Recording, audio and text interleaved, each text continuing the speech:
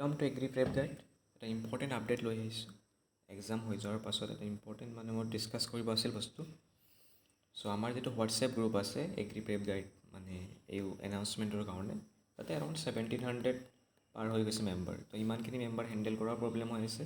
তো আমি কিবা এটা ডিচাইড কৰিছোঁ, চোৱা মানে আমি হোৱাটছএপ গ্ৰুপটো ডিলিট কৰি দিম, কাৰণ মেইন ৰিজন এইটোৱে, ইমান ৱাৰ্ণিং দিয়াৰ পাছত ৰেণ্ডম টেক্সট বহুত লাইক গাৰ্লছক দিয়া, এনেকুৱা নহয় জাষ্ট ছোৱালীয়ে ল'ৰাই দিয়ে। ছোৱালীও এনেকুৱাও কমপ্লেইন আহিছে যে ছোৱালীজনী মেছেজ দিছে যেন ল'ৰাক। থাকে চিৰিয়াছ ষ্টুডেণ্ট মাম্মাজ বয় কিছুমান, যিয়ে হওক বস্তুটো জকিং নহয়, চিৰিয়াছ মেটাৰ হয়। কিছুমানে ফোন কৰি ছোৱালীক গালিও দিয়ে, এইবোৰ কমপ্লেইন আগতেও পাইছোঁ। বাট কি কৰিম, যোৱাকালি এনেকুৱা হৈছে যে মোৰ নাম লৈ hi I am Wakil Khan from agri prep এনেকুৱা স্ক্ৰীনশ্বট দি দিছে। মই পাৰে স্ক্ৰীনশ্বটটো জইন কৰি দিম, চাবা। এনেকুৱা নাম মেছেজ কৰি দি মেলি কুৱেশ্যন খুজিছে। মে বি ডিষ্ট্ৰেছত আছিল, 12:30 শ্বিফ্টত আছিল, 9:30 আৰু যাৰ ওচৰত খুজিছে সি মোৰ লগত মেছেজ কৰিয়ে আছিল জাষ্ট। দেন মোক মেছেজ কৰি টাইমত মোক মেছেজ দিছে, ৱাকিল ভাইজান দেখো আপকা ফেক ৱাকিল খান আগে। মই শ্বক বস্তুটো। আজি কুৱেশ্যন খুজিছে বস্তুটো মোৰ কিন্তু চিৰিয়াছ মেটাৰ, বাট মই হেৰি কোৱা নাই, একো নহয়, বাট তোমালোকে যি কৰা অলপ ভালকৈ। তো মেইন ৰিজনটো কি, এতিয়া আমি ইয়াতে নতুন হোৱাটছএপ চেনেল খুলিম।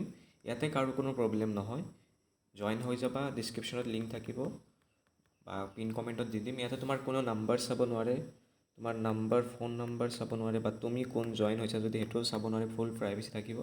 নেক্সট ইয়েৰ যদি কোনোবা প্ৰিপাৰেশ্যন কৰিব খোজা সিহঁতৰ কাৰণে ভাল। বাট মেইন প্ৰব্লেম এনেকুৱা নহয় যে এক্সাম শেষ বা তোমালোকে আমাৰ লগত কানেকশ্যন এৰি দিয়া, আমিও সেইটো বিচৰা নাই।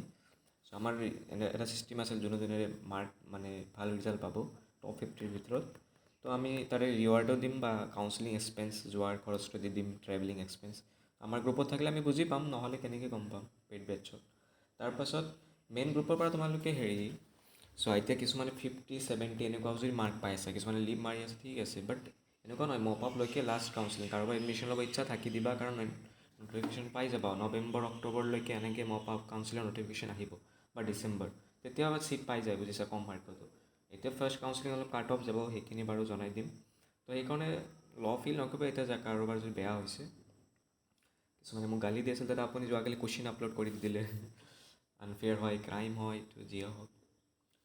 JEEৰো অনলাইন এক্সাম হৈ যায়, 2 ঘণ্টা পাছতে তোমাৰ হেৰি আহি যায়, মানে ছলভিং পেপাৰ কুৱেশ্যন দি দিয়ে। এইবোৰ একো নহয়। এতিয়া এক্সাম যদি কয় ছেম কুৱেশ্যন আহিলে ভাল। যাহঁতৰ মানে কিছুমানে ষ্ট্ৰেছত আছা এক্সাম দি মেলি, আৰু কিছুমানে ষ্ট্ৰেছ আছিল মানে এক্সাম দিব বুলি, তো সিহঁতৰ কাৰণে ভালেই না, বা তাহাঁতৰ কাৰণে ভাল। চ' এইটো কি প্ৰব্লেম। ঠিক আছে, মই ষ্টিল তথাপি ট্ৰাই কৰিছোঁ, গোটেইখিনি কুৱেশ্যন দিয়া নাই। এটা আইডিয়া, ৰাফ আইডিয়া দি দিছোঁ। আমাৰে কমিউনিটি, চেল্ফিছনেছৰ কথা নাই। বস্তুটো আনফেয়াৰ তোমালোকৰ চেন্সত চাব গ'লে ময়ো বুজিছোঁ, বাট তেনেকুৱা নহয় মেটাৰটো। কাৰণ এইও তেনেকুৱাই কুৱেশ্যন ছেট কৰে, গম পায়। অনলাইন এক্সামবোৰ এনেকুৱাই হয়। ঠিক আছে দিয়া, তোমালোকে জইন হৈ যাবা যাৰ যাৰ ইচ্ছা আছে, আৰু গালি দিব ইচ্ছা গালি দিবা। ঠিক আছে, ভিডিঅ'টো মই শেষ কৰিছোঁ। Thank U.